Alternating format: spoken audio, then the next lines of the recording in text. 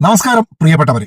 Kerala story 2-വിൽ ബെറോട്ടയോ അരിപ്പത്തിരിയോ ഇല്ലാതെ beef മാത്രം ആ പെൺകുട്ടിയുടെ വായിലേക്ക് കുത്തിക്കയറ്റുന്നതിനെ കുറിച്ച് ഞാനൊന്നും പറഞ്ഞില്ലല്ലോ എന്ന് ചില സഖാക്കൾ ചോദിച്ചത് കൊണ്ട് മാത്രമാണ് ഈ വീഡിയോ. കുടിക്കേണ്ട പശുവിന്റെ പാല് നദിയിലേക്ക് ഒഴുക്കിക്കളയേണ്ട പശുവിന്റെ മൂത്രം, അതായത് ഗോമൂത്രം കുടിക്കുകയും ചെയ്യുന്ന ഉത്തരേന്ത്യൻ സംഘികളിൽ നിന്നും ഗോസായിമാരിൽ നിന്നും നമ്മൾ നല്ലതൊന്നും പ്രതീക്ഷിക്കരുത്.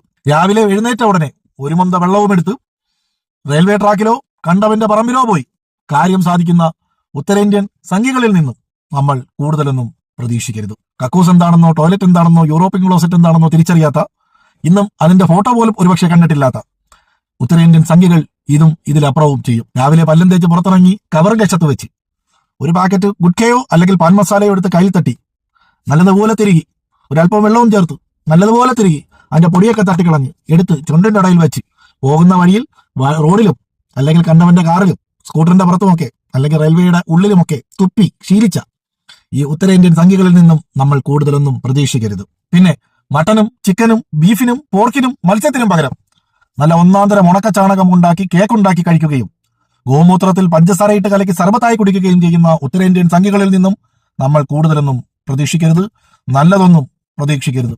അപ്പോൾ നിങ്ങൾ ചോദിക്കും, അങ്ങനെയാണെങ്കിൽ കേരളത്തിലെ സംഘികൾ എന്തുകൊണ്ട് ഇതിനെതിരെ എതിർക്കുന്നില്ല എന്ന്? അവർക്കും ആഗ്രഹമില്ലേ? അവരും സംഘികളല്ലേ? അവരും പശുവിന്റെ മക്കളല്ലേ? അവർക്കും ഉള്ളിൽ ആഗ്രഹമുണ്ട്.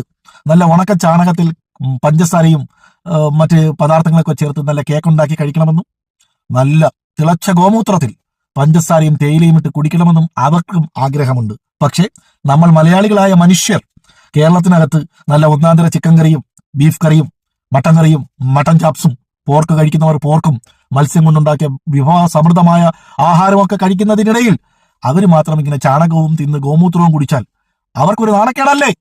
അപ്പോൾ എങ്ങനെയെങ്കിലും കേരളത്തിലുള്ള മലയാളികൾ ഇതൊന്നും കഴിക്കാതിരിക്കുമ്പോൾ പിന്നെ നമുക്കിടയിൽ നിന്നുകൊണ്ട് അവർക്ക് നല്ല ഒന്നാന്തരം ചാണകവും തിന്ന് ഗോമൂത്രവും കുടിച്ച് കഴിയാമല്ലോ എന്നൊരു ചിന്തയിലാണ് അവരിതിനെ എതിർക്കാത്തത്. അപ്പൊ കേരളത്തിലെ സംഘികളോട് പറയാനുള്ളത്, ഉത്തരേന്ത്യൻ സംഘികളോട് പറഞ്ഞിട്ട് കാര്യമില്ല. കാരണം വിവരവും വിദ്യാഭ്യാസവും ഇല്ലാത്ത അവന്മാരോട് പറയുന്നതിലും നല്ലത് നല്ല ഒന്നാന്തരം മങ്കിയെ പിടിച്ചു വെച്ച് സംഘിയാക്കുന്നതാണ്.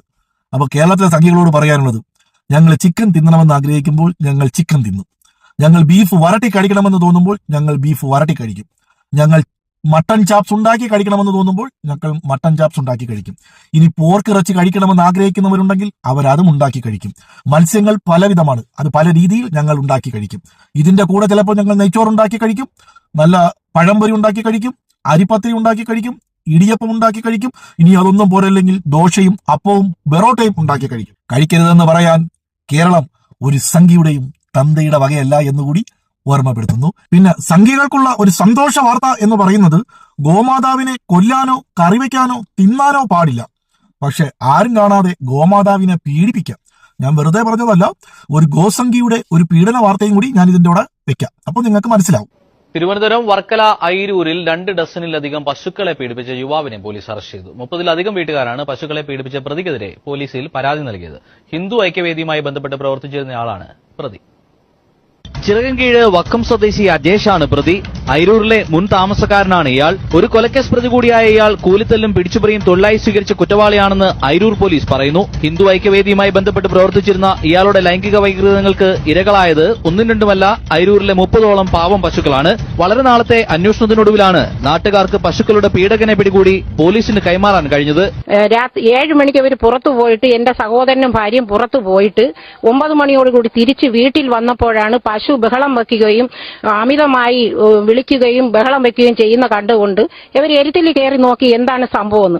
എരുത്തിൽ കയറി നോക്കിയപ്പോഴാണ് കണ്ടത് 2 പശുക്കളുടെയും ബേക്കിൽ നിന്ന് മലദ്വാരത്തിൽ നിന്നും മൂത്രം പോകുന്നിടത്തു നിന്നും ബ്ലഡ് ധാരയായി ഒഴുകുന്നുണ്ടായിരുന്നു. എന്താണ് സംഭവിച്ചെന്നത് അറിയുന്നതിന് വേണ്ടി ഇവർ 4 വശവും ടോർച്ചടിച്ച് നോക്കിയപ്പോൾ എരുത്തിലിന്റെ 10 അടി ദൂരത്തായിട്ട് ഈ അജേഷ് എന്ന് പറയുന്ന കൃത്യം ചെയ്ത ആള് കിടപ്പുണ്ടായിരുന്നു, തറയിൽ കിടക്കുകയായിരുന്നു.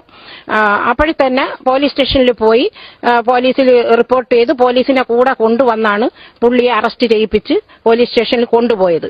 ഈ കൃത്യം നടന്ന സ്ഥലത്ത് നിന്ന് തന്നെ അയാളുടെ ചാണാൻ പുരണ്ട ചെരുപ്പുകളും ഒരു മൊബൈലും 2 സിമ്മും നമുക്ക് കിട്ടുകയുണ്ടായി. അത് ഇന്നലെ 4 മണിയോടുകൂടി ഞങ്ങളും 10-30 പേര് നാട്ടുകാർ കൂടി മാസ്റ്റർ പെറ്റീഷൻ തയ്യാറാക്കി അതിന്റെ ഒറിജിനൽ പകർപ്പും ഈ 2 സിമ്മും മൊബൈൽ ഫോണും ഇയാളുടെ ചെരുപ്പും ഇന്നലെ 4 മണിക്ക് SIയുടെ മുമ്പാകെ ഹാജരാക്കുകയുണ്ടായി. എന്നിട്ട് പരാതി നേരിട്ട് നാട്ടുകാർ എല്ലാവരും കൂടെ ചേർന്ന് കൊടുത്തിട്ടുണ്ട്. കേസ് പുറത്തറിഞ്ഞതോടെ പ്രതിയെ ഹിന്ദു ഐക്യവേദി തള്ളിപ്പറഞ്ഞിട്ടുണ്ട്. വൈദ്യപരിശോധനയ്ക്ക് ശേഷം അയിരൂർ പോലീസ് ഇയാളെ കോടതിയിൽ ഹാജരാക്കി. പ്രതി റിമാൻഡിലാണ്. എല്ലാവർക്കും നന്മകൾ നേരുന്നു.